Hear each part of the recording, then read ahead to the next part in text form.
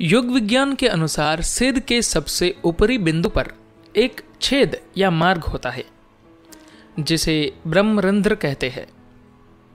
सद्गुरु बता रहे हैं कि इसी मार्ग से जीव गर्भ में पल रहे भ्रूण में प्रवेश करता है। प्रश्न: सद्गुरु, कभी कभार मुझे सिर के मध्य में कुछ तनाव या खिंचाव सा महसूस होता है। मुझे उसकी वजह समझ में नहीं आ रही है। सद्गुरु कहते हैं, सिर पर सबसे ऊपर ब्रह्मरंध्र नाम का एक बिंदु होता है। जब बच्चा पैदा होता है तो उसके सिर पर एक नरम जगह होती है जहां तब तक हड्डियां विकसित नहीं होती जब तक बच्चा एक खास उम्र में नहीं पहुंच पाता। जीवन प्रक्रिया में इतनी जागरूकता होती है कि वह अपने विकल्पों को खुला रखता है। वह देखता है कि यह शरीर उस जीवन को बनाए रखने में सक्षम है या नहीं। इसीलिए वह उस द्वार को एक खास समय तक खुला रखता है ताकि अगर उसे लगे कि यह शरीर उसके अस्तित्व के लिए ठीक नहीं है तो वह उसी रास्ते से चला जाए। वह शरीर में मौजूद किसी अन्य मार्ग से नहीं जाना चाहता। वह जिस तरह आया था उसी तरह जाना चाहता है। एक अच्छा मेहमान हमेशा मुख्य द्वार से आता है और उसी से वापस जाता है। अगर वह मुख्य द्वार से आकर पिछले दरवाजे से चला जाए तो इसका मतलब है कि वह आपका घर साफ करके गया है। अब भी जब शरीर छोड़ते हैं तो पूरी जागरूकता के साथ आप चाहे शरीर के किसी भी भाग से जाए, उसमें कोई बुराई नहीं। लेकिन अगर आप ब्रह्मरंध्र से शरीर छोड़ सके तो यह शरीर छोड़ने का सबसे अच्छा तरीका है। कई मेडिकल मामले हैं जहां मेडिकल साइंस के सभी मानदंडों के भ्रूण के स्वस्थ होने और सब कुछ ठीक होने के बावजूद बच्चा मृत पैदा होता है।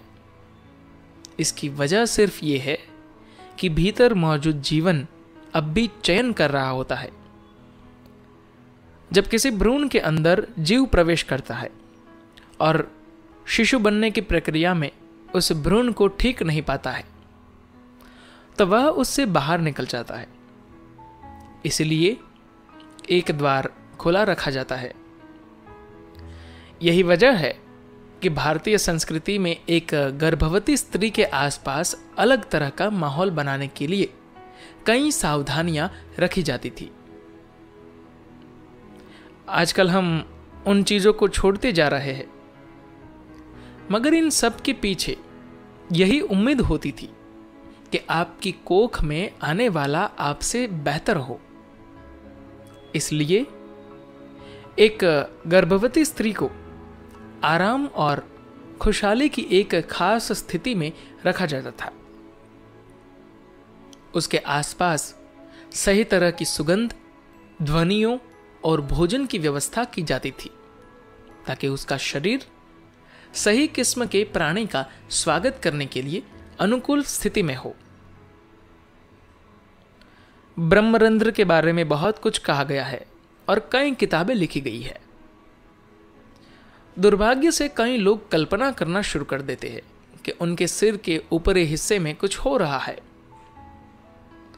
आपको यह समझने की जरूरत है कि आप अपने शरीर के जिस हिस्से पर अपने दिमाग को एकाग्र करेंगे उसी में आपको कुछ सनसनी महसूस होगी। आप प्रयोग करके देख सकते हैं। अपनी छोटी उंगली के सिरे पर अपना ध्यान एकाग्र करें। आपको वहां काफी संवेदना महसूस होने लगेगी।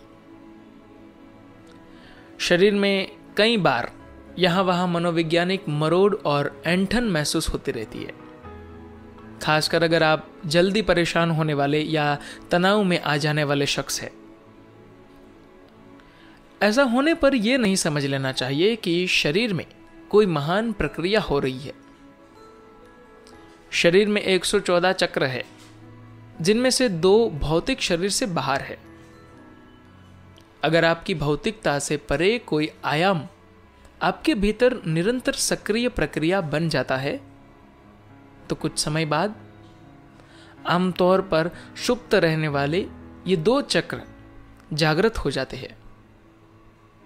उनके सक्रिय होने पर आपके सिर पर एक एंटीना बन जाता है जो आपको जीवन का एक खास नजरिया प्रदान करता है।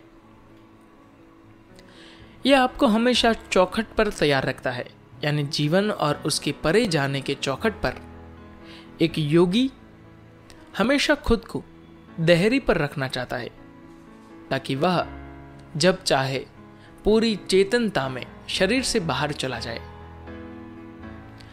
खासतौर पर मेरे जैसा एक सक्रिय योगी जो कार तेज चलाता है, हेलीकॉप्टर उड़ाता है, फुटबॉल खेलता और अपना घुटना जख्मी कर लेता है, के लिए यह बहुत महत्वपूर्ण है कि मैं हमेशा खुद को देहरी पर रखूं।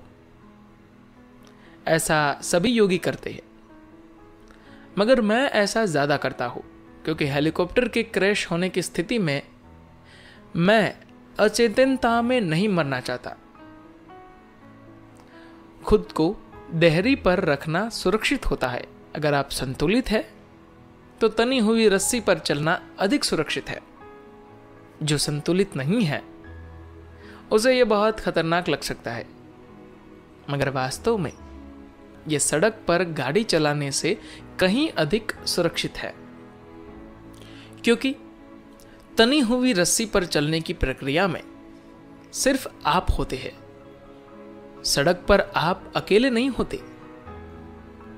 अगर आपके अंदर संतुलन है तो देहरी पर बैठना बहुत सुरक्षित है, उसमें कोई जोखिम नहीं है।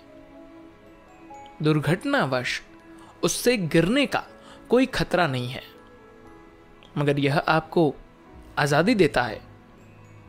अगर चीजें ठीक से न हो तो आप बाहर निकल सकते हैं, मगर तब आप अचेतन बेखबरी की स्थिति में नहीं जाएंगे। यह सोचना शुरू न कर दे कि आप देहरी पर है। अगर आपको अपने शरीर में कुछ सनसनी महसूस होती है तो वह ठीक है। आप या तो अपनी साधना जारी रखें, या अगर इस ऊर्जा को एक अधिक बड़ी संभावना में रूपांतरित करना चाहते हैं तो हमारे पास आए। धन्यवाद।